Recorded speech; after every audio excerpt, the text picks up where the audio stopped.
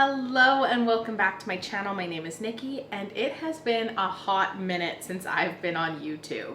I ended up taking a little bit of a step back because I was focusing a little bit more on my blog and growing that, but also we had quite a few things happening in our life and it was just too much to juggle everything.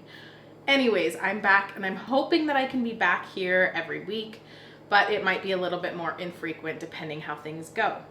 Today we are going to actually make a ginger bug. A ginger bug is awesome because it is the basis of a lot of fermented drinks. This is naturally carbonated, which means they are probiotic rich and healthier for your gut. Now, when I say healthier, I don't mean it's 100% healthy. There is still sugar in it, especially since we're going to be using some sweetened beverage or juice. If you're comparing this to a store-bought pop, it is miles beyond. Plus, it's super fun to make. So to get started, we need to actually make what's called a ginger bug. A ginger bug is much like a sourdough starter in the fact that it is fermented, it sits out on your counter until it's all bubbly and ready to go. And then you can put it in your fridge and feed it once per week and you will always have a drink starter available. Making your own ginger bug is so incredibly easy, so let's get started. I like to make mine in a pint-sized jar, so we're gonna start with that. I have some organic ginger that I chopped up and froze a little bit ago, and it is perfect to use in this recipe because you're not stressed about making sure that your ginger hasn't gone bad or anything like that. You do not have to peel your ginger for a ginger bug, but make sure that you are using an organic ginger, or the pesticides and everything that they spray chemical-wise could cause your ginger bug to die. So you're gonna start with 2 tablespoons of chopped ginger. 2 tablespoons is roughly 2 inches if you are judging based off of your ginger. Then we're gonna do 1 tablespoon of white sugar. I have made this with brown sugar as well. The sugar is very important because that is what feeds the yeast. If you do not have sugar, your beverage will not carbonate. And then you need a 1/4 cup of heavily filtered or distilled water. If you try and use tap water for this, the chlorine will kill your ginger bug. So this is it. All you do is swirl this around. Then you can lightly place your lid on, just fingertip tight. Give it a good mix, and then this sits on your countertop until tomorrow. Tomorrow, you are going to open it, let all of the gases out.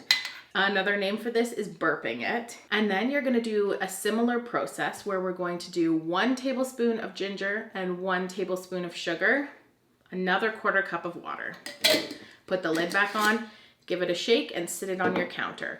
You're gonna do that 2 more times for a total of 4 days, and then your ginger bug should be nicely carbonated. Once it's been 4 days and it's very carbonated, you are going to either put it in the fridge if you don't wanna use it right away, or move on to our next step, which is how to actually make a carbonated beverage. So let's get into that now. Now it is time to actually make your soda. The nice thing about ginger bugs is it will have a slight ginger flavor, of course, but you can choose whatever liquid you want to add and it will take on that flavor mostly. So I have this one that I made a few days ago. This is day 3 today, and this is mango juice. So I'm very, very excited about that. Today I'm going to be making a peach. To get started, you take your ginger bug that has been fermenting for 4 days, and we are going to strain out 1/4 cup of the ginger bug liquid. This is cheesecloth. All of my strainers are dirty right now, but cheesecloth will work just fine. And I have today a swing top bottle. I love these. I think they are beautiful and add something so special to your drinks. However, if you only have a mason jar, feel free to use that. I am a proponent of using what you have. You do not always need to buy new things, although sometimes it's fun. So link in the description below for these bad boys. Anytime you use your ginger bug, if you're planning on using this again, you're going to do the same of feeding it with 1/4 cup of completely filtered water, 1 tablespoon of ginger, and 1 tablespoon of sugar. Pop the lid back on and it goes back into the fridge till you're ready to make your drink. So we'll take a 1/4 cup of your ginger bug. As I mentioned, you need something that's sweet.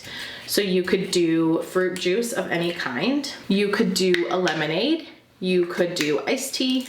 You could brew your own tea and add sugar to it. But again, there has to be sugar or your ginger bug will not carbonate. Typically the ratio is about 1/4 cup ginger bug to 3 or 4 cups of juice. If you're using a swing top jar, make sure that you leave 1 to 3 inches of headspace, which is just the amount of space in your jar that does not have any liquid. I'll fill this up a little bit more. Yeah, to about there. This allows your ferment to bubble up and create some fermentation without it exploding. That's the kind of tricky thing about ferments. This is not something that you can just set on your counter and then forget about. This is something that you kind of have to actively watch. So we're going to place the lid back on. Every day you're gonna come in and pop it open and release some of the carbonation. Close it back up. This is going to go on a clean, dry area of my countertop. So once you are at about 2 days of your ferment, you can just open it, and I'm gonna test for carbonation levels now. So just a little splash. Oh, it's so good. I think I'm gonna add some pineapple mint to this one as well. Oh, that's so good. So you get to decide how carbonated you like it, but if you're finding that it's not carbonated enough for your liking, let it sit on the countertop for another day or two. I would not let it go past 4 days. More carbonation is not necessarily better. At some point it can ferment into pseudo alcohol, even alcohol, and that obviously would not be child safe, and it also wouldn't taste very good. Oh my gosh, it's bubbling like crazy. Wow. You can either drink it like this or you can pop it in the fridge. When you pop it in the fridge, it's going to severely slow down the fermentation process, so you have a couple of days to drink this. Anyways, that is how incredibly easy it is to make your own pop at home. The possibilities are endless. The flavor combinations are endless. You can do whatever you'd like. No matter what you choose, I am sure it's gonna be delicious. Thank you so much for being here with me today. I am so excited. I hope you love it. Thank you so much for watching. I appreciate you more than you know. Take care.